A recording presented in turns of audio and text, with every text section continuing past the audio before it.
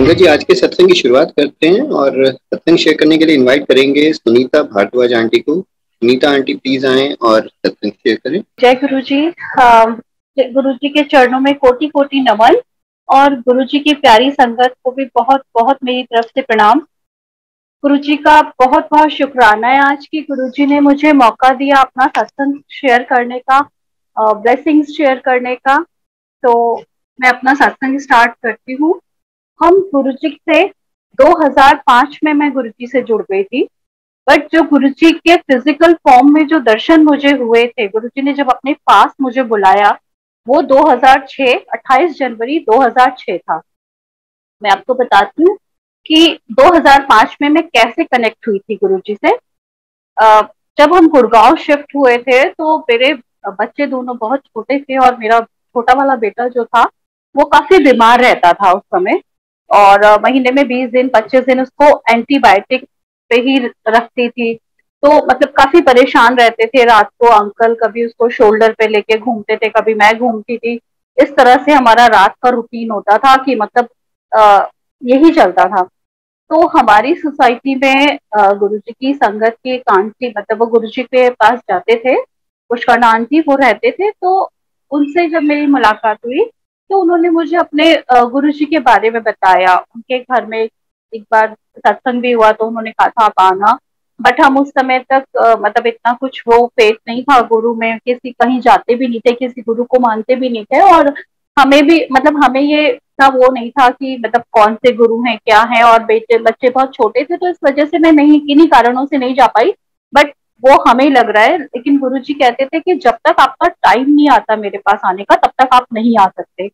लेकिन वो कनेक्ट, जो मेरा कनेक्शन गुरुजी के साथ था वो वहां से गुरुजी ने शुरू करवाया था, मेरी जर्नी वहां से शुरू करवाई थी इस जन्म की। कि वो आंटी मेरे घर आते थे और मुझे गुरुजी का सत्संग, गुरुजी का के बारे में बातें बताते थे कि हमारे गुरुजी ऐसे हैं, वहां ऐसे मिरेकल होते हैं, गुरुजी ऐसे ठीक कर देते हैं। तो एक बार की बात है, मेरे बेटे की, छोटे वाले की तबीयत बहुत ज्यादा खराब थी और वो बहुत मतलब क्रैंकी हो रहा था। और दवाई तो हमने उसको दी थी बट वो सो नहीं पा रहा था, परेशान बहुत हो रहा था। तो मैंने आंटी का कॉल आया, मैंने आंटी को बताया कि आंटी, बोले क्यों परेशान हो रखे हो। मैंने बोला आंटी को बताया कि ऐसे ऐसे मेरे बेटे की तबीयत बहुत ज्यादा खराब है और वो इस तरह से परेशान हो रहा है। तो आंटी ने मुझे गुरुजी का एक स्वरूप लाके दिया अपने घर से और मुझे बोले बेटा ये स्वरूप उसके पिलो के पास रख देना और मतलब वो आराम से, उसको आराम आ जाएगा, उसको कोई प्रॉब्लम नहीं होगी। तो मुझे लगा, मैंने कहा ऐसे हो सकता है कि मतलब तो ऐसे किसी का स्वरूप रखने से वो बच्चे को नींद आ जाएगी, वो उसको प्रॉब्लम नहीं होगी, वो ठीक हो जाएगा। बट उनका विश्वास, क्योंकि वो इतना, उनका बहुत ज्यादा फेथ था और उन्होंने मुझे बोला था, तो उनके विश्वास के ऊपर मैंने वो स्वरूप लिया और अपने बेटे के सिरहाने रख के सो गई। और सो गई तो जब मॉर्निंग में नेक्स्ट डे हम उठे तो मैंने नोटिस किया कि आज पूरी रात वो बच्चा इतना आराम से सोया है और एक बार भी ना मैं उठी हूँ ना मेरे अंकल जो है वो उठे हैं। और वो मतलब वो भी आराम से सोया है और हम लोग भी। तो मुझे सुबह उठ के ये चीज रियलाइज हुई कि नहीं, कुछ तो पावर है इनमें, कुछ तो है ऐसा कि वो जो स्वरूप है उसको रखने से। और फिर वो मेरा वो बन गया रूटीन कि मैं वो स्वरूप उसके पास ही रख के और वहीं उसको सुलाती थी। इसके बाद हुआ क्या, जनवरी 28 जनवरी 2006 में गुरुजी गुड़गांव को ब्लेस करने के लिए आए थे। तो आंटी ने मुझे बोला कि बेटा आज हमारे गुरुजी गुड़गांव को ब्लेस करने आए हैं तो आप जरूर आना। वो सैटरडे का दिन था। और तो मैंने आंटी को बोला ठीक है आंटी, मैं कोशिश करूंगी, मैं जरूर आऊंगी। और लेकिन पता नहीं था कि कैसे जाऊंगी। बट वही होता है, जब महाराज का बुलावा होता है तो आप किसी ना किसी तरह कैसे भी गुरुजी आपको अपने पास बुला लेते हैं। और मॉर्निंग का टाइम था 10 o'clock का। कपिल आंटी अंकल है हमारी सोसाइटी में, वो लोग जा रहे थे। तो उन्होंने मुझे कॉल करके बोला कि हम लोग वहाँ सत्संग पे गुरुजी के यहाँ जा रहे हैं और गुरुजी आ रहे हैं तो तुम चलोगी, एक सीट खाली है। तो मैंने बोला ठीक है। मैं जल्दी जल्दी तैयार होके आंटी अंकल के साथ बैठ के चली गई। जब हम वहां पहुंचे तो गुरु महाराज जो थे वो वहां सिंहासन पे बैठे हुए थे और गुरु जी का ऑरा मैंने जो सोचा था, मैं सोच रही थी कि वो वैसे गुरु हैं कि मतलब वो प्रवचन देंगे, वो वैसे कपड़े पहन के आएंगे, बट वहाँ टोटली डिफरेंट था सब कुछ। वो गुरुजी का ऑरा बिल्कुल अलग था, एकदम रॉयल गुरुजी, मतलब ऐसे लग रहे थे। मैंने उनको पूछा यही गुरुजी है? बोले हाँ यही है। मुझे लगा शायद गुरुजी कुछ बोलेंगे, बट उन्होंने कुछ, गुरुजी ने बोला नहीं। मतलब वो बैठे हुए थे, देख रहे थे। फिर हमें एक बार बुलाया, दो बार बुलाया, तीन बार बुलाया, तो ऐसे गुरुजी ने तीन चार बार मैं बच्चों के साथ बार बार हमें मत्था टेकने के लिए बुलाया, और हमने जाके गुरुजी के पास मत्था टेका। और जब मत्था टेका तो मैंने आंटी को पूछा, मैंने कहा आंटी गुरुजी कुछ बोलते नहीं है? बोले नहीं बेटा, वो आपको आपका देख के ही कल्याण कर रहे हैं, मतलब आपको बार बार जो मत्था टेकने आप जा रहे हो, आपको गुरुजी इतने ध्यान से देख रहे हैं, तो वो आपका उससे ही कल्याण कर रहे हैं। तो मैंने बोला ठीक है। हमने लंगर प्रसाद खाया, सत्संग सुना, उसके बाद हम लोग घर आ गए शाम को। इवनिंग में जब मेरे अंकल आए ऑफिस से, तो मैंने उनको बताया कि आज हम पुष्करना आंटी के साथ गुरुजी के यहाँ गए थे, और वहां जाके मुझे बहुत अच्छा लगा। और मैंने आंटी को पूछा भी है कि गुरुजी कहाँ बैठते हैं, हम इनके पास दोबारा कब जा सकते हैं? तो आंटी ने मुझे बताया कि गुरुजी जो है वो एम्पायर स्टेट में बैठते हैं, Thursday Friday Saturday and Sunday. तो तुम तब गुरुजी को शाम को इवनिंग में जा सकते हो। मैंने बोला ठीक है।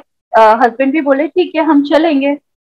और फिर हम लोग गुरुजी के एम्पायर स्टेट जो था, उस समय बहुत थोड़ी सी संगत होती, ज्यादा संगत नहीं होती थी। तो हम लोग एम्पायर स्टेट जाने लगे। जब एम्पायर स्टेट जाने लगे तो ऐसा होता था कि गुरुजी के यहाँ जाके, वहाँ एम्पायर स्टेट में जब पहली बार मैं गई, तो वो जो मेरा एक्सपीरियंस है वो मैं आपको बताती हूँ कि वहां जाके इतना अच्छा लगा, इतना डिवाइन फील आया, इतना शांति थी।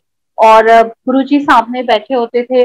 और वहाँ जो हमें मतलब सत्संग के थ्रू और सब संगत से सुनने को मिला था कि जब आप पहली बार गुरुजी के पास जाते हो, तो गुरुजी आपका पूरा स्कैन कर लेते हैं कि आप, आपके पिछले 7 जन्मों का सब कुछ गुरुजी को पता चल जाता है। तो मतलब गुरुजी तो सब कुछ जान ही जान है, उनको सब कुछ मालूम होता था आप कब से। और हम कहते हैं कि हम इस जन्म में, तो इस जन्म की जर्नी का हम बोल सकते हैं। बाकी गुरुजी कहते थे तुम्हें नहीं पता कि तुम लोग कितने जन्मों से मेरे साथ जुड़े हुए हो। तो वहां जाके हम मत्था टेक के बैठे, फिर गुरु जी क्या, फिर हमने चाय प्रसाद हमें मिला। और हमें कहा गया था कि ये प्रसाद है, इसको आपने एक बूंद भी नहीं छोड़ना, पूरा फिनिश करना है चाय प्रसाद को। तो हम वो पूरा चाय प्रसाद पिया। फिर लंगर प्रसाद, लंगर प्रसाद जो था उसकी महिमा ये है लंगर प्रसाद की, कि गुरु जी के यहाँ जो लंगर प्रसाद मिलता है उसमें, मतलब गुरु जी कहते थे तुम्हें नहीं पता कि ये, मतलब इसमें इतने देवी देवता भी आए होते हैं इस प्रसाद को ग्रहण करने के लिए, जो तुम्हें नहीं दिखाई देते। और ये जो है प्रसाद, ये आपकी मेडिसिन होता है। उसमें वो लंगर प्रसाद जो था वो इतना स्पाइसी होता था, उसमें सब मतलब, लेकिन आप उसको ऐसे नहीं खाते कि वो आपके टेस्ट के लिए है या उसके लिए, वो आपके लिए ब्लेसिंग्स आपकी होती थी, आपके लिए मेडिसिन का काम करता था। उससे आपकी बीमारियां क्योर होती हैं, मतलब जो गुरुजी का लंगर प्रसाद होता है। तो तब हमें जो गुरुजी अपने पास बिठा के इतने प्यार से जो लंगर खिलाते थे।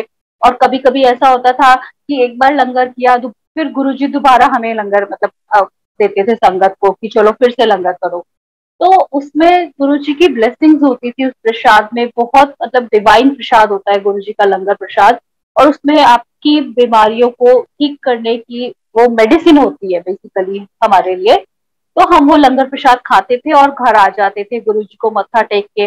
और बहुत अच्छा लगता था, और एक वेट रहता था, एक खिंचाव रहता था कि अब मतलब हमें फिर जाना है नेक्स्ट वीक। तो वो पूरा वीक जो हम लंगर प्रसाद जाके एक दिन माथा टेक के गुरुजी के पास बैठ के लंगर प्रसाद खा के आते थे, तो पूरा वीक हमारे मतलब ऐसे अच्छे से लगता था कि हमें एनर्जी गुरुजी ने दे दी अपनी बहुत।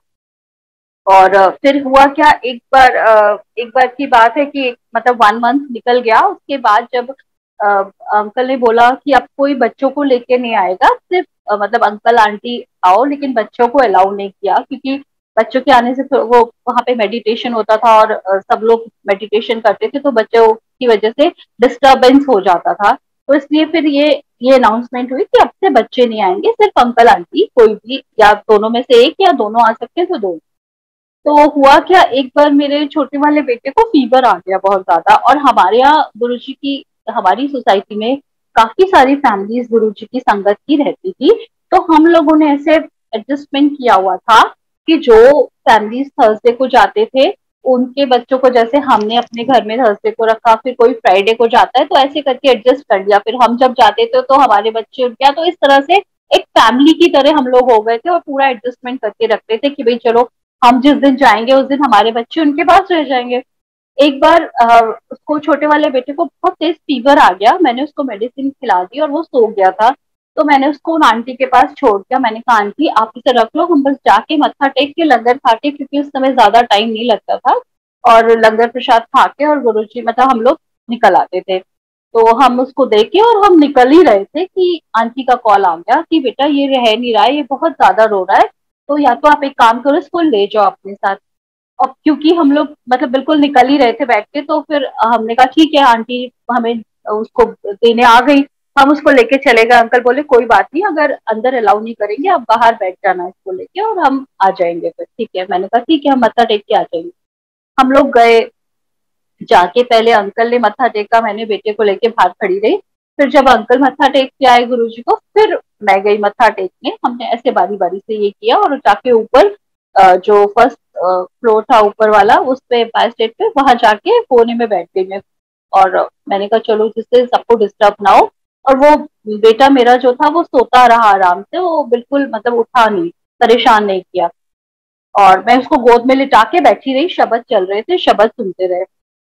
तो सिंगला अंकल आए सामने से और सिंगला अंकल चाय प्रसाद लेके आए ट्रे में। तो मेरे को लगा कि क्योंकि वह अनाउंसमेंट हुई थी कि बच्चों को लेके नहीं आना है, तो मेरे को लगा कि अभी मुझे डांट पड़ेगी कि आप इसको बच्चे को लेके क्यों आए हो। तो मैंने आंख बंद करके और मैंने गुरु जी को अरदास किया, गुरु जी मैं इसको ले तो आई हूँ लेकिन किस कंडीशन में लाई हूँ ये तो आप जानते हो कि मतलब। तो अंकल ने आए, आके बोला आंटी चाय प्रसाद, तो मैंने कहा ठीक है। तो अंकल ने चाय प्रसाद दिया, मैंने चाय प्रसाद ले लिया, अंकल वापस जाने लगे। तो मुझे लगा चलो डांट नहीं पड़ी, मैं बच गई। देखा तो वो अंकल वापस मुड़ के मेरी तरफ आ रहे हैं दोबारा। और मेरे को लगा अब तो पक्का अंकल डांटेंगे कि इसको क्यों लेके आए। तो जब अंकल आए मेरे पास, उन्होंने बोला कि आंटी इसको यहाँ साइड में एक सेटी ऊपर रखी होती थी, सेटी रखी होती थी। तो अंकल ने बोला आंटी इसको यहाँ लिटा दो और आराम से चाय प्रसाद पी दो। मैंने बोला ठीक है अंकल। तो वो इस तरह से चाय प्रसाद पी लिया। फिर लंगर का टाइम आया, लंगर स्टार्ट हुआ, नीचे गए, 9 बजे लंगर स्टार्ट होता था। नीचे जाके बैठे तो हम छुप के बैठे कोने में पिलर के पीछे कि गुरुजी को नहीं दिखेगा कि हम लोग इसको लेके आए हैं। बट गुरुजी को तो सब कुछ पता होता है, और गुरुजी कहते भी थे कि जब तुम लोग अपने घर से निकलते हो मेरे पास आने के लिए, तब से लेके और जब तुम घर पहुंचते हो तब तक की सारी जिम्मेदारी मेरी होती है। मैं देख रहा होता हूँ तुम्हें, मेरी नजर होती है तुम पर, कि मतलब तुम्हें कोई कष्ट ना हो पहुंचने में, तुम्हें कोई परेशानी ना हो, तुम लोग सही सलामत आओ और सही सलामत अपने घर पहुंचो। तो मतलब हम, लेकिन हम लोग तो इतना समझते जानते नहीं थे, तो हमें लगा कि मतलब ठीक है। हम लोग पिलर के पीछे छुप के बैठ गए, अपना लंगर खाया। और वो बच्चा जिसको इतना फीवर था, जो इतना मतलब हम जिसको लेके आए थे बीमार था, उसने भी हमारे साथ उस समय लंगर के टाइम उठ के हमारे साथ लंगर प्रसाद खाया। कैसे खाया मुझे नहीं पता, बट वो इतनी मिर्ची वाला लंगर जो हम बड़े बड़े खा के सीसी करते थे, वो इतना छोटा सा बच्चा वो स्पाइसी वाला लंगर बहुत आराम से खा रहा था। और मेरे साथ जो संगत दो और बैठी थी, उस समय गुरुजी 4 लोगों को एक थाली में बिठाते थे। और वो आप, जरूरी नहीं है कि वो चारों आपके फैमिली मेंबर्स हो, गुरुजी अलग अलग मतलब साथ में नहीं बैठते थे फैमिली मेंबर। तो वो जो दो संगत और हमारे साथ बैठे थे, उन्होंने मुझे बोला कि आंटी कोई बात नहीं, ये प्रसाद खा रहा है इसको खाने दो। तो उसने वहां बहुत अच्छे से बच्चे ने, छोटे से बच्चे ने वो प्रसाद थोड़ा थोड़ा खाया।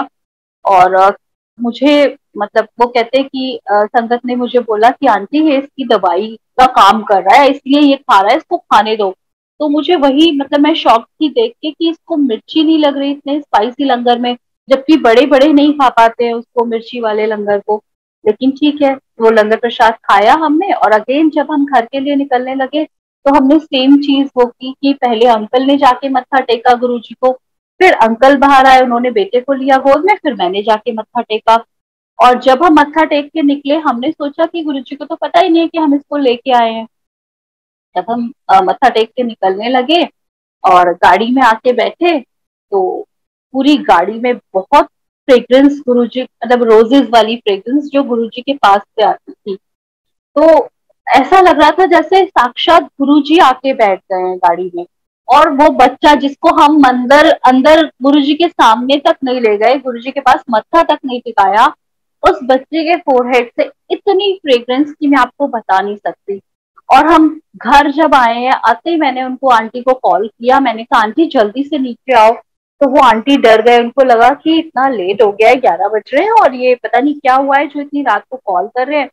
आंटी आए नीचे और आके उनको लगा शायद वहां एम्पायर स्टेट में डांट पड़ गई है कि बच्चे को लेके गए थे या कुछ बात हो गई है, तो वो ये सोच के जल्दी से आ गए नीचे। तो मैंने बोला आंटी देखो इसके फोरहेड से कितनी खुशबू आ रही है गुरुजी की। तो आंटी ने भी वो जो फ्रेग्रेंस थी उसको लिया। आंटी कहते हाँ बहुत इसमें तो फ्रेग्रेंस आ रही है गुरुजी की। फिर हमने उनको बताया, हमने कहा आंटी देखो हम तो गुरुजी के पास गए थे और हमने तो इसको मत्था भी नहीं टिकाया, फिर भी हमारे से फ्रेग्रेंस नहीं आ रही, क्योंकि नॉर्मली जब हम गुरुजी को मत्था टेकते थे तो गुरुजी के पैरों से मतलब से जब हमारी दुपट्टा या कुछ टच होता था तो वो उसमें कई दिनों तक फ्रेग्रेंस रहती थी गुरुजी की। और हम वो गुरुजी की फ्रेग्रेंस है इस उससे लालच से हम उसको दुपट्टे को धोते थे कि मतलब इसमें गुरुजी की फ्रेग्रेंस आ रही है।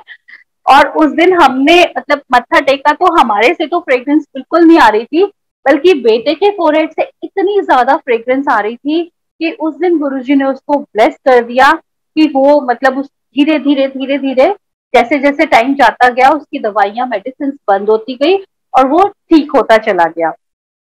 और इसके बाद एक और सत्संग मैं आपको सुनाती हूँ।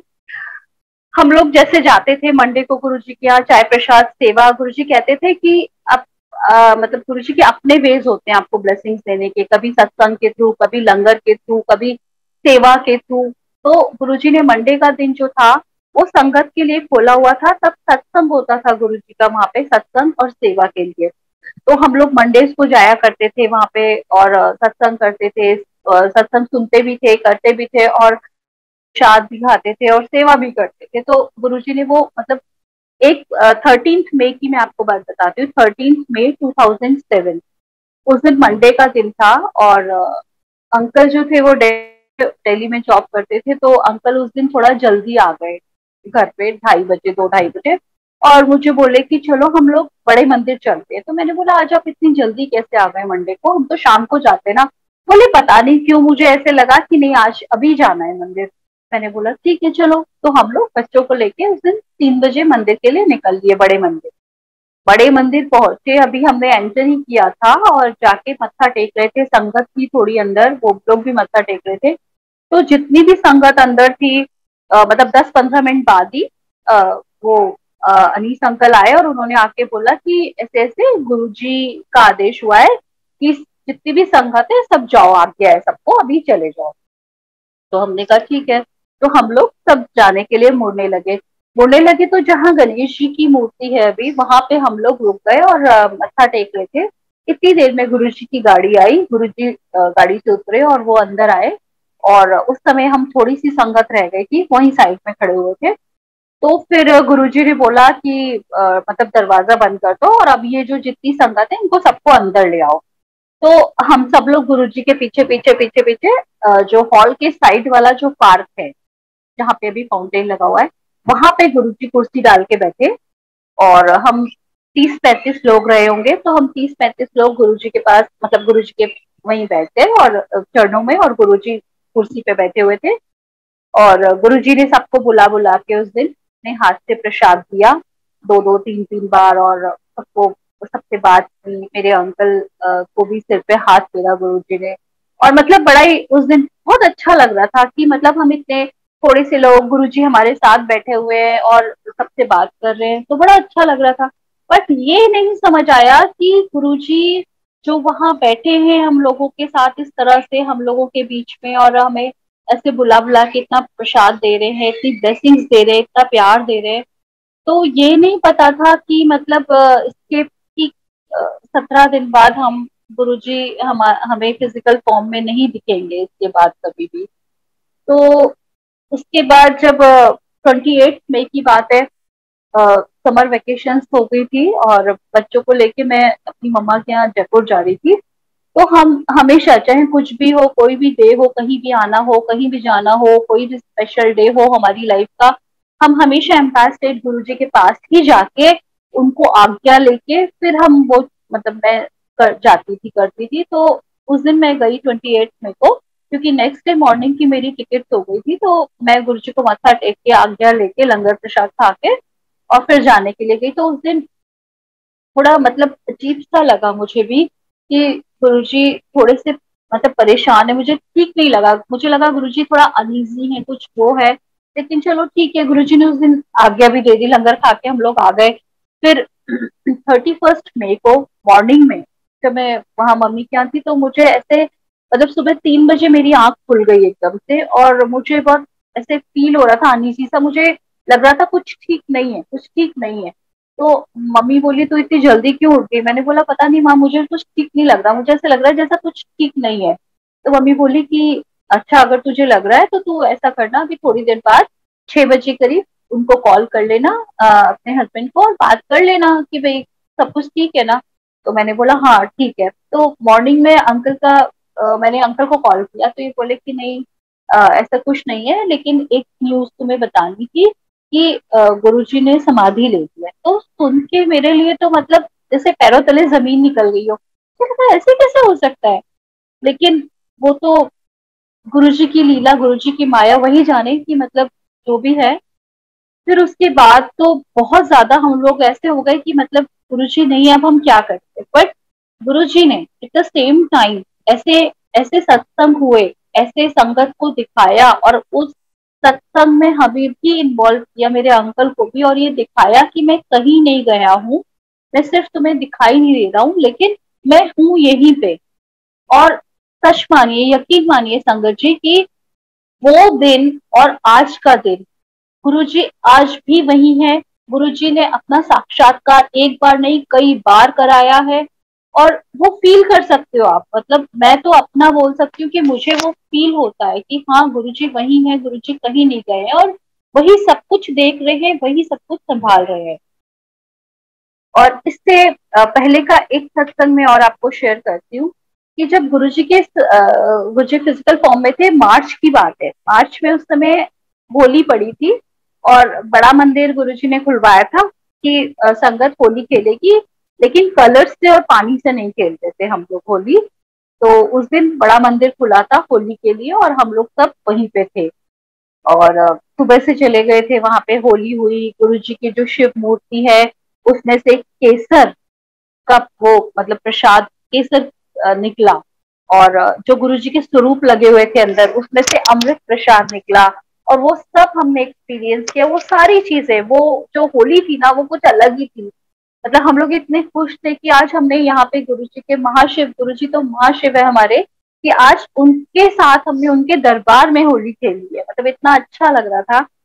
फिर हुआ क्या, उससे पहले की बात है कि हमारी सोसाइटी में, जैसे मैंने आपको बताया, काफी संगत रहती है गुरुजी की। तो सारी मतलब 5-7 आंटियों ने मिलकर प्लान किया कि हम गुरुजी को एक भजन सुनाएंगे।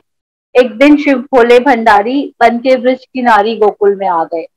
तो उसके लिए कभी इधर प्रैक्टिस करती, कभी उधर करती आंटी। तो गुरुजी तो सब कुछ जान ही जाने, उनको तो पता ही होता है, गुरुजी सिर्फ आपका भाव देखते हैं। तो आंटी ने बोला कि चलो कि हम शाम को, आज शाम को, होली वाले दिन शाम को, हम एम्पायर स्टेट जाके गुरुजी को ये मधु आंटी ने बोला कि हम गुरुजी को ये अ, भजन सुनाएंगे ये वाला।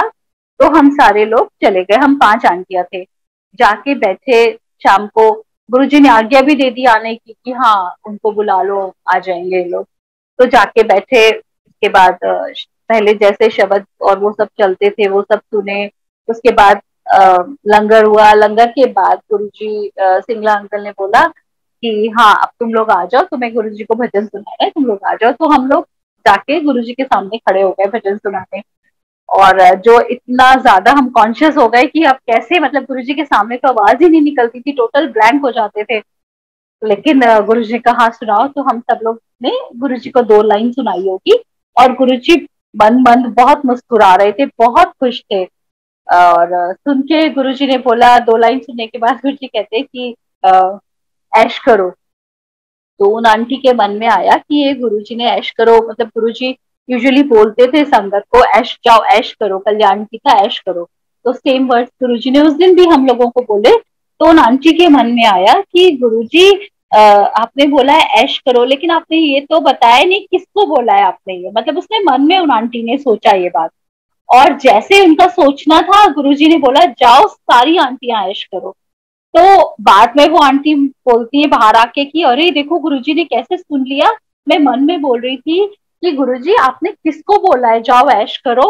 और तो गुरुजी ने तुरंत रिपीट कर दिया कि जाओ सारी आंटियां ऐश करो। तो मतलब गुरुजी ऐसे कल्याण करते थे, ऐसे ब्लेसिंग्स देते थे। और गुरुजी कहते भी थे कि अच्छा, जब हम नए नए गए थे तो मैं एक चीज आपको बताना भूल गई कि मुझे शब्द जो है, बिकॉज मैं नॉन पंजाबी फैमिली से बिलोंग करते हैं, तो हमें मुझे शब्द का उतना वो नहीं था नॉलेज, मुझे पता भी नहीं था ये क्या होता है।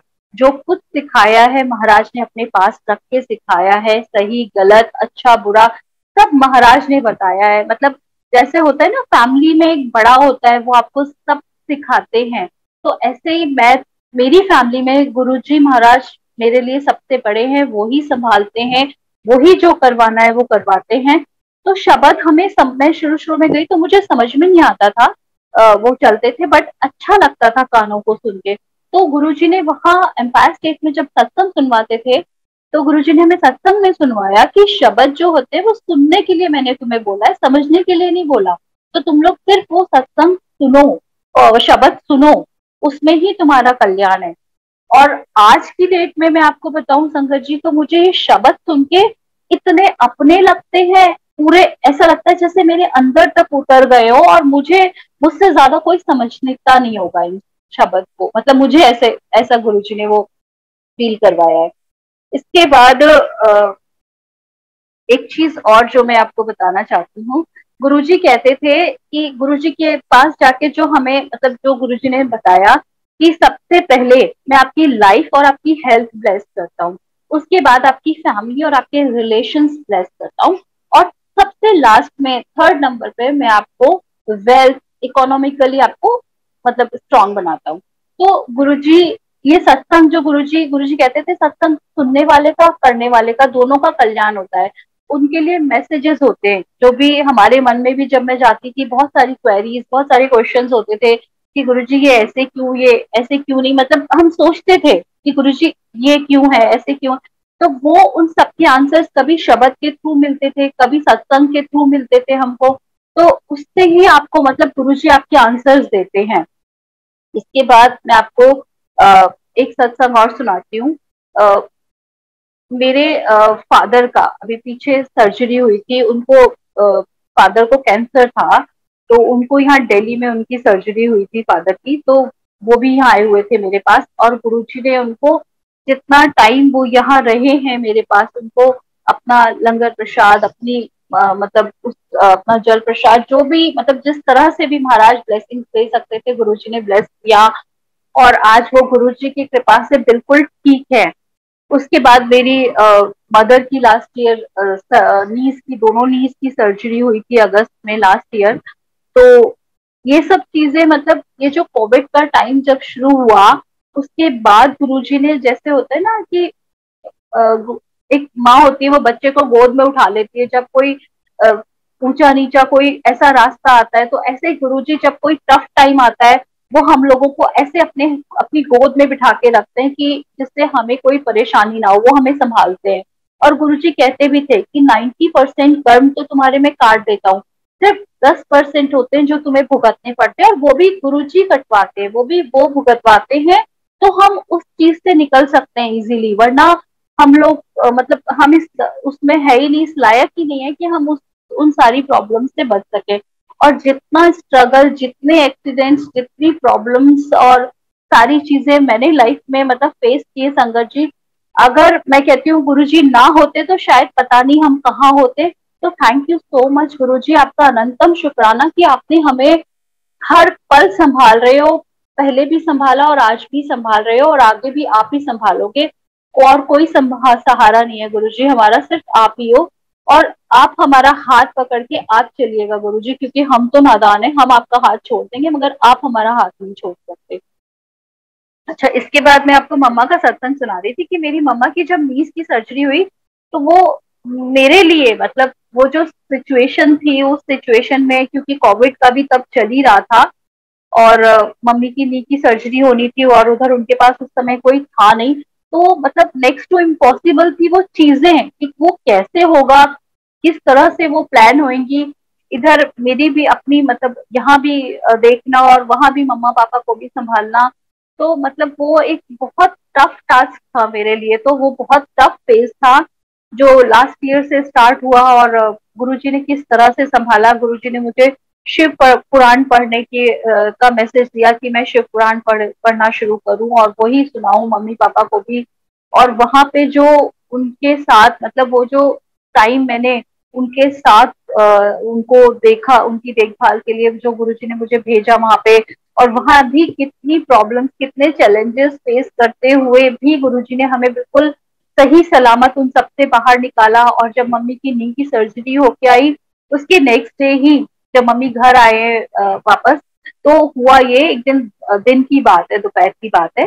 और घर पे कोई भी नहीं था, सिर्फ मैं थी, मम्मा थी और पापा थे उस समय, और कोई था नहीं।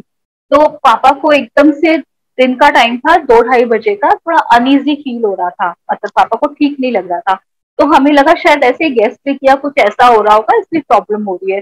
तो पापा बोले कि नहीं मेरे को कुछ ठीक नहीं लग रहा, और एकदम से अचानक उनको बहुत ज्यादा पसीने आ गए और घबराहट होने लगी। और इससे पहले कि मैं कुछ करती मतलब, तो पापा मुझे बोलने लगे कि मुझे कुछ ठीक नहीं लग रहा। तो मम्मी मम्मी उठ नहीं सकते थे और घर में कोई और था नहीं।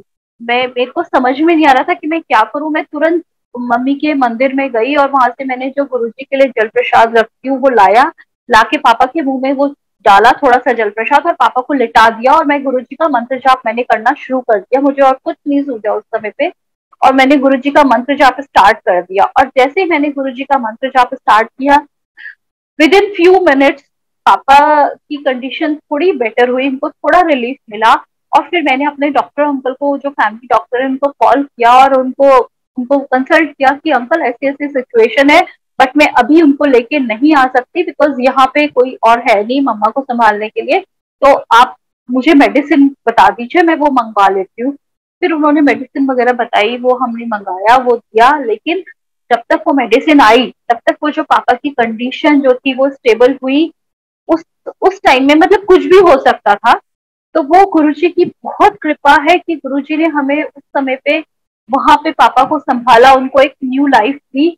और फिर हमने बाद में इसका सत्संग भी किया। और उसके बाद मैंने जब शाम को हम पापा को लेके गए उनके हॉस्पिटल, वहां जाके पता चला कि पापा को तो माइनर अटैक आया था उस समय पे जब उनको ये प्रॉब्लम हुई थी दिन में। तो डॉक्टर ने ये कंफर्म किया कि इनको वो माइनर अटैक आया था, और कहते ये मतलब कुछ हुआ नहीं प्रॉब्लम और ये बच गए, ये बहुत बड़ी बात है। तो फिर उसके बाद हमने मम्मी के यहाँ एक छोटा सा सत्संग भी किया गुरु जी का, शुक्राना का कि और वहां भी संगत को जो थी उनको बुलाया, और काफी संगत मतलब वो जो भी आए थे वो लोग सब जुड़े, उन्होंने गुरु जी का सत्संग सुना, उनका प्रसाद खाया। तो ऐसे करके गुरुजी ने मेरे मम्मा पापा को भी मतलब उनको भी इतना। और एक चीज और बताऊंगी मैं यहाँ पे कि मेरे फादर कभी गुरुजी के पास नहीं गए थे जब वो फिजिकल फॉर्म में थे। मेरी मम्मा गए थे, मेरी मम्मा फर्स्ट टाइम ही गए थे। और उस समय क्या होता था, जैसे अभी तो बहुत इजीली अवेलेबल होते हैं गुरुजी के स्वरूप, गुरुजी के लॉकेट, गुरुजी के फोटो आपको मिल जाते हैं संगत से, मंदिर से। बट उस समय पे ऐसा होता था जब गुरुजी एम्पायर स्टेट में थे, तो जल्दी से गुरुजी के स्वरूप, गुरुजी की फोटो, ये सब चीजें नहीं मिलती थी। जब तक गुरुजी की आज्ञा नहीं होती थी आपको कुछ भी नहीं ऐसे मिलता था। तो जब मेरी मम्मा फर्स्ट टाइम मेरे साथ एम्पायर स्टेट गुरुजी के दर्शन करने गए, तो पहली बार में गुरुजी ने उनको अपना एक स्वरूप दिया था, ब्लू कलर के चोले वाला, और वो हमेशा मम्मा अपने पास अपने पर्स में रखते थे।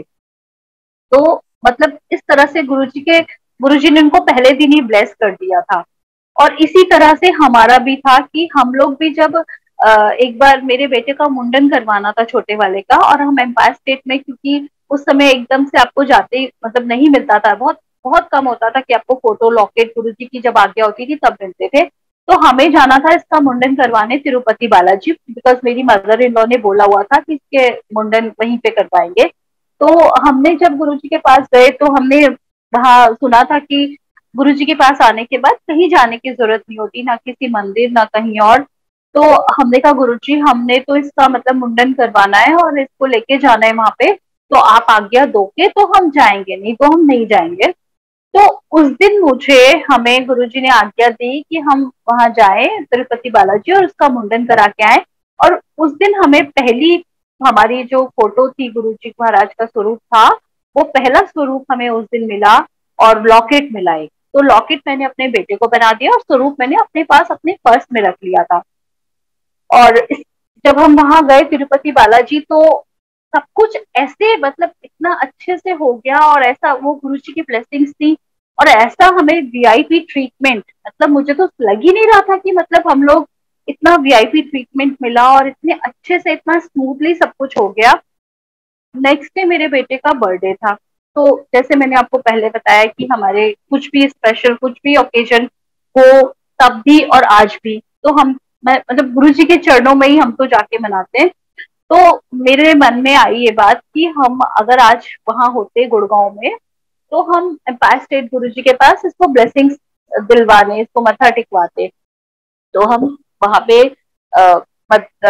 चेन्नई में वहाँ मतलब घूमने के लिए मेरे हस्बैंड के फ्रेंड है, उन्होंने बोला अब आप आए हो यहाँ पे, फर्स्ट टाइम आए हो तो आप मुंडन कर हो ही गया है, तो आप आज का दिन, आपकी कल की टिकट है तो आप आज का दिन यहाँ मंदिर वगैरह टेम्पल्स हैं वो घूम लो। तो ये बोले चलो ठीक है हम चले जाते, तो हम लोग चले गए गाड़ी से। तो वहां पे साउथ में एक 250 साल पुराना शिवलिंग मतलब मंदिर है शिव जी का, जिसमें स्वयंभू शिवलिंग है और बहुत बड़े हैं, और वो धरती से मतलब अपने आप प्रकट हुए हैं।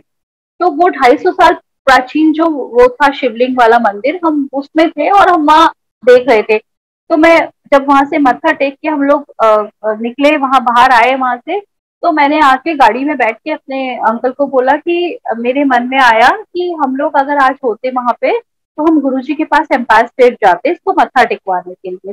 तो वो जो मेरा छोटा सा बेटा था, वो जिसका मुंडन करवाने हम गए थे, वो बहुत छोटा था, तो अपनी कुचलाती आवाज में बोलता है, कहते मम्मा आपने देखा नहीं अभी टुल्लू जी तो बैठे थे वहां पे शिवलिंग के अंदर। तो मतलब गुरुजी जो है वो आपके मन की छोटी से छोटी बात सुन लेते हैं। गुरुजी को एक एक चीज पता है आपके बारे में। गुरुजी ने उस बच्चे को वहां उस शिवलिंग में दर्शन देके अपनी ब्लेसिंग्स दी। और मतलब मेरे को सुन के ऐसा लगा जैसे वाकई में गुरुजी ने मतलब हमारे मन की बात पढ़ के और वो चीज पूरी कर देते हैं तुरंत से। गुरुजी को बताने की भी जरूरत नहीं पड़ती, बस आपके मन में एक थॉट आता है और महाराज उसे पूरा कर देते हैं। इसी तरह से एक सत्संग मैं आपको और सुनाती हूँ, मेरी एनिवर्सरी का सत्संग है।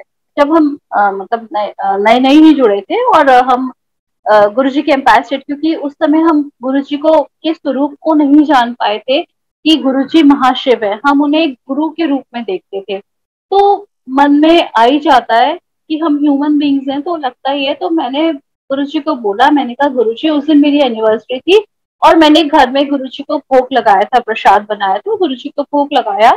और मैंने बोला गुरुजी आपको पता है, मतलब आप तो सब कुछ जानते हो और आपको अगर पता है तो आप ना आज किसी ऐसी संगत को मेरे घर अपना प्रसाद के लिए भेजिएगा जिसको मैं नहीं जानती हूँ, क्योंकि सोसाइटी में तो मैंने कहा गुरुजी सारे लोग जानते हैं तो उनको तो पता ही है।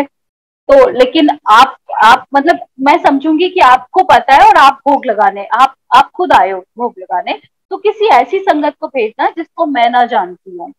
तो मैं कह के सुबह ये बात गुरुजी के स्वरूप के आगे अपने मंदिर में, और मैं ये बात भूल गई और पूरा दिन हुआ। संगत सोसाइटी में जो थी हमारे वो आई, उन्होंने प्रसाद भी खाया और गुरुजी का सत्संग भी किया हम लोगों ने।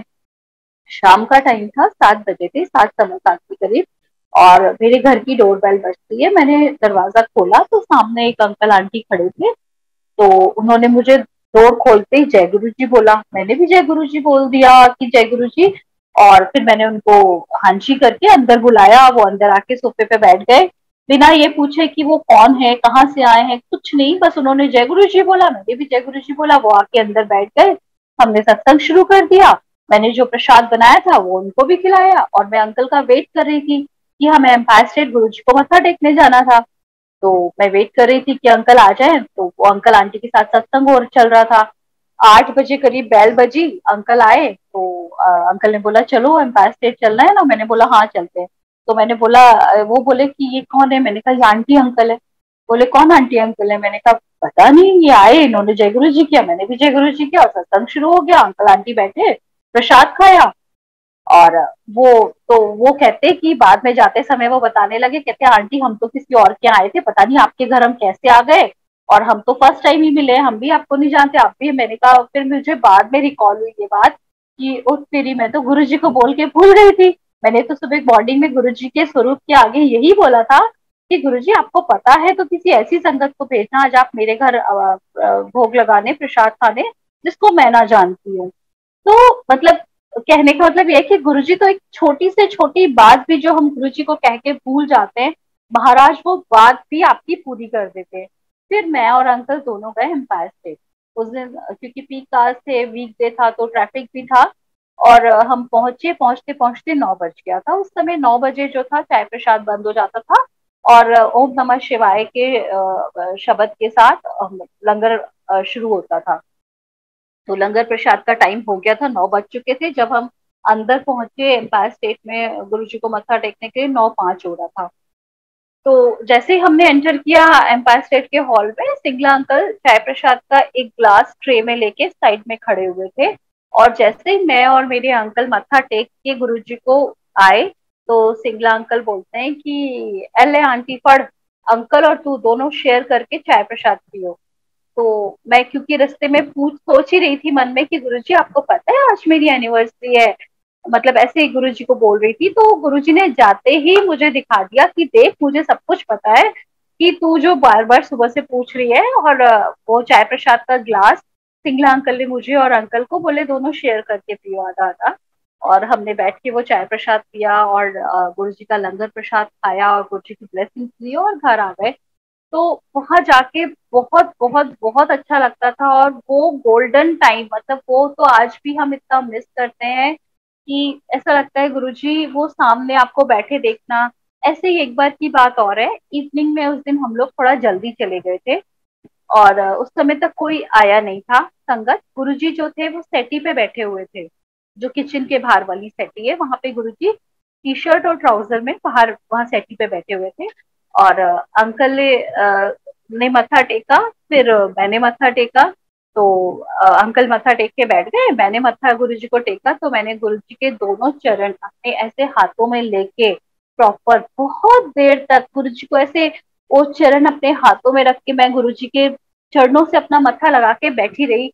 और मुझे बस ऐसे लग रहा था गुरुजी प्लीज आज मत रोकना मुझे, मुझे मत कहना कि मतलब हो गया चलो बैठो। और गुरुजी ने वाकई में, गुरुजी इतना मुस्कुरा रहे थे और मतलब गुरुजी दिल से कह रहे थे कि हाँ, आराम से मुझे मत्था टेकने दिया। गुरुजी के वो दोनों चरण जो मैं हाथ पे लेके गुरुजी को मत्था टेक रही थी, वो आज भी फील मुझे याद है, आज भी मैं उसे महसूस कर सकती हूँ। और फिर मैं बैठ गई, शब्द सुनते रहे हम लोग। फिर ऐसे ही बड़ा मतलब बहुत अच्छा लगता था गुरुजी के पास वो बैठ के और शब्द सुनते थे, बहुत खुश हो जाता था दिल। जब घर आते थे ना, ऐसा लगता था सब कुछ, मतलब सारी प्रॉब्लम सारी परेशानियां सब खत्म हो गई हैं। बस गुरुजी एनर्जी दे देते थे वो इतना।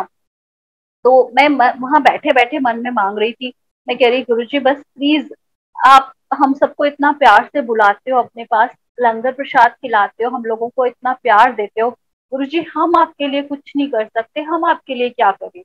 तो मैं ऐसे ही मन ही मन ये सब चीजें गुरुजी को बोल रही थी। और साथ में गुरुजी को कह रही थी गुरुजी आप कभी भी हमें अपने से अलग मत करना, हमेशा हमें अपने चरणों में रखना, अपने पास रखना गुरुजी।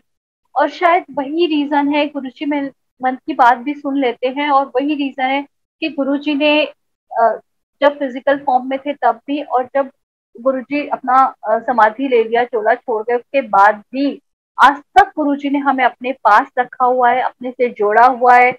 और मैं कहती हूँ गुरुजी आपका बहुत बहुत शुक्राना है, हमारे पास तो शब्द भी नहीं है कि हम आपको शुक्राना भी कर सकें कि आपने जितनी ब्लेसिंग्स, जितना प्यार हमें हम लोगों को दिया है, सारी संगत को सबको संभाल रहे हैं। कोविड टाइम जो इतना टफ टाइम था उसमें गुरुजी ने किसी भी फैमिली मेंबर के ऊपर कोई आंच नहीं आने दी।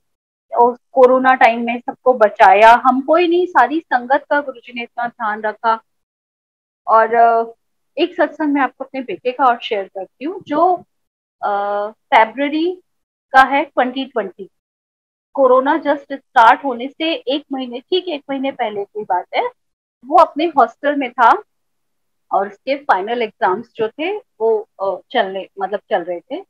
तो एक दिन मॉर्निंग में उसका कॉल आया, मैंने मैंने उसको कॉल किया, मैंने कहा बेटा हो गई आपकी तैयारी एग्जाम की? कहता है हाँ मम्मा हो गई और सब रेडी है, बस अभी मैं ब्रेकफास्ट करके और निकलता हूँ। तो मॉर्निंग में हम बात कर लेते थे, तो कहता है बस मम्मा मैं निकलता हूँ थोड़ी देर में, फिर आपसे एग्जाम एग्जाम के बाद आके बात करूँ। मैंने कहा ठीक है। जैसे ही मैंने फोन कट किया उसके 5 मिनट बाद का फिर से मुझे कॉल आया और मुझे बोलता है मम्मा मैंने कहा बेटा क्या हो गया? कहते हैं मम्मा पता नहीं मेरा लैपटॉप नहीं चल रहा। मैंने कहा बेटा आपने चार्ज नहीं किया होगा, ठीक से चेक करो, आप उसे चार्जिंग में लगा दो, अभी थोड़ा टाइम है और आप तब तक हो जाएगा चार्ज।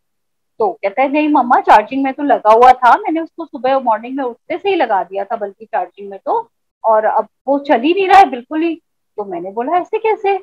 फिर मुझे बड़ी चिंता हुई इस चीज को लेके। मैंने कहा मतलब इतनी, एक तो इतनी दूर है, हॉस्टल में है और ऊपर से मतलब वो बिल्कुल आउटस्कर्ट्स एरिया है जहाँ आसपास कोई मार्केट नहीं है, कुछ भी नहीं है, और मॉर्निंग का टाइम है तो आप वैसे भी कुछ नहीं खुला होता है। और वहां पे ये भी नहीं हो सकता था कि वो किसी बच्चे से शेयर करके किसी और का ले ले और कर ले, क्योंकि उस सबका अपना अपना वो प्रेजेंटेशन होता है देने का। तो उसने मुझे बोला, मैं उस समय गुरुजी के मंदिर में, अपने अपने घर के मंदिर में गुरुजी के सामने ही पूजा ही कर रही थी। तो मैंने बोला ठीक है, मैंने कहा आप ट्राई करो बेटा एक बार, और गुरुजी का नाम, मैंने कहा गुरुजी का मंत्र जाप कर और गुरुजी का नाम लेके, और मैंने अपने मंदिर में गुरुजी को प्रे किया। मैंने कहा गुरुजी प्लीज आप ही हो मेरे पास, तो और कोई नहीं है, और मैं अगर चाहूं तो भी कोई इतनी जल्दी उसकी मदद के लिए पहुंच नहीं सकता। तो अब आपने ही देखना है, आपने ही संभालना है, वरना उस बच्चे का साल खराब हो जाएगा, उसकी सारी मेहनत पे पानी फिर जाएगा। एंड बिलीव मी संगत जी, विद इन 10 मिनट्स, 5-10 मिनट्स मेरे बेटे का दोबारा से कॉल आता है और वो मुझे बोलता है मम्मा मेरा लैपटॉप स्टार्ट हो गया। मैंने बोला जय गुरु जी। मैंने कहा बेटा अब आप अच्छे से जाके अपना एग्जाम दो और अब कुछ नहीं होगा, चिंता मत करो, गुरु जी है आपके साथ। तो कहने का मतलब ये है कि देखिए संगत जी, इतनी दूर बैठे हुए भी गुरुजी ने मतलब मेरी वो अरदास उस बच्चे का के फ्यूचर के लिए कि उसका कितना बड़ा लॉस हो जाता, गुरुजी ने वो अरदास सुन ली मन की। इससे बड़ा मतलब गुरुजी जो है हमारे, वो कलयुग में साक्षात्कार देते हैं, अपना अपना प्रमाण देते हैं कि वो है। आप जहां भी उनको आधी रात पे भी याद करो, गुरुजी आपको अपनी प्रेजेंस दिखाते हैं। तो वो जो इंसिडेंट है ये मैं आपको इसलिए बता रही हूँ कि गुरुजी सब कुछ जानी जाने, और जहां हम उन्हें याद करते हैं गुरुजी वैसे ही तुरंत हमें आके हमारा हाथ पकड़ लेते हैं, हमारी मदद करते हैं, और मतलब इतना ज्यादा प्यार देते हैं ना कि मेरे पास शब्द ही नहीं है। गुरुजी की ब्लेसिंग्स और उसकी कृपा, उनकी कृपा तो खैर इतनी ज्यादा है गुरुजी की कि हम दिन रात भी बताते रहे तो भी कम पड़ जाएगा। और गुरुजी जो है, गुरुजी कहते थे कि गुप्त दान, गुप्त जाप और गुप्त सेवा करनी चाहिए। मतलब ये सब चीजें गुप्त रखनी चाहिए, कभी भी ये सब चीजें बता के नहीं करनी चाहिए। इनसे ही मतलब इनसे ही आपका कल्याण होता है। और एक छोटा सा सत्संग मैं आपके साथ और शेयर करना चाहूंगी सत्संग संगत जी। जब मैंने गुरुजी से जुड़ने के बाद, जो गुरुजी ने सत्संग हमें ब्लेस किया था गुड़गांव का, वो 2 घंटे का सत्संग ब्लेस किया था, और गुरुजी ने ही कह के स्टार्ट करवाया था गुड़गांव का सत्संग। तो उस समय कमांडर अंकल जो थे वो देखते थे और वो सबको देते थे कि भाई हर मंथ किसके यहाँ इस मंथ किसके घर सत्संग होगा। तो ऐसे लिस्ट होती थी कि आप मतलब आपको पहले से बोलना पड़ता था। तो हमारा बहुत मन था कि हम गुरुजी का सत्संग करवाएं अपने घर में। गुरुजी से जुड़ने के बाद वो पहली बार था जो हम सत्संग करवा रहे थे। तो हमने कमांडर अंकल को बोला अंकल हमें भी सत्संग करवाना है। तो अंकल ने बोला ठीक है बेटा, आपको मैं नेक्स्ट मंथ का दे देता हूँ, आप लोग नेक्स्ट मंथ अपने घर सत्संग रख लेना। अब हमने सत्संग के लिए तो बोल दिया, और उस समय हमारी जो फाइनेंशियल कंडीशन जो थी वो ऐसी नहीं थी कि मतलब हम वो सब इतना ज्यादा खर्चा या कुछ ऐसे कर सकें, क्योंकि हमने होम लोन लिया हुआ था, घर घर के भी वो जा रही थी इंस्टॉलमेंट वगैरह। और यकीन मानिए अंकल के अकाउंट में और हमारे अकाउंट में इतने पैसे भी नहीं थे। तो हमने कहा अब कि हमने बोल तो दिया है सत्संग के लिए, अब होगा कैसे वो पता नहीं, कह तो दिया है गुरुजी अब आप। और वो कहते भी है गुरुजी को अपना सत्संग करवाना होता है, वो खुद देखते हैं। एंड जिस हमारे सत्संग से ठीक 1 वीक पहले जब हमारे यहाँ सत्संग होना था जिस डेट को, उससे ठीक एक वीक पहले अंकल के अकाउंट में 7,000 रुपए ट्रांसफर होते हैं। वो किसी ऐसे फंड से जहां अंकल ने दिए थे कोई इनके कंपनी के, वो किसी के आज तक नहीं आए इनकी इनकी कंपनी में। इनका जो एक कलीग था अंकल का इनके साथ, उसके आज तक कभी नहीं आए लौट के वो पैसे। और वो इनको जब अंकल ने बताया कि भाई ऐसे ऐसे वो पैसे 7,000 रुपए आए हैं, ट्रांसफर हुए हैं हमारे अकाउंट में, तो मैंने बोला वो कैसे आ गए? कहते पता नहीं, कहते बाकियों के तो किसी के भी नहीं आए, सिर्फ हमारे ही आए हैं, मतलब मेरे ही आए हैं। तो अंकल के बाकी के कलीग जो थे ऑफिस में वो भी पूछने लगे, कह रहे यार तूने कौन सी वो लगाई थी सिफारिश की, तेरे ही आए, हमारे तो नहीं आए। तो अंकल, मतलब मैं और अंकल दोनों मुस्कुरा रहे थे, हमें तो समझ में आ गया था कि ये कौन है करने वाला, ये गुरु महाराज है, इनके अलावा और कौन हो सकता है जो मतलब आपकी इतनी छोटी छोटी चीजों का भी ध्यान रखे और आपको संभाले, हर पल संभालते हो गुरुजी। थैंक यू, आपका अनंतम अनंतम शुक्राना गुरुजी। हमेशा हमें ऐसे ही अपने चरणों में जगह देके रखना गुरुजी। आपके बगैर तो हम सोच भी नहीं सकते, हमारी लाइफ में जितनी खुशियां हैं, जितनी सांसें हैं, जो कुछ है, सब कुछ आपकी बदौलत है महाराज। हमेशा अपनी कृपा हम पर बनाए रखिएगा। जय गुरु जी अंकल, शुक्राना गुरु जी।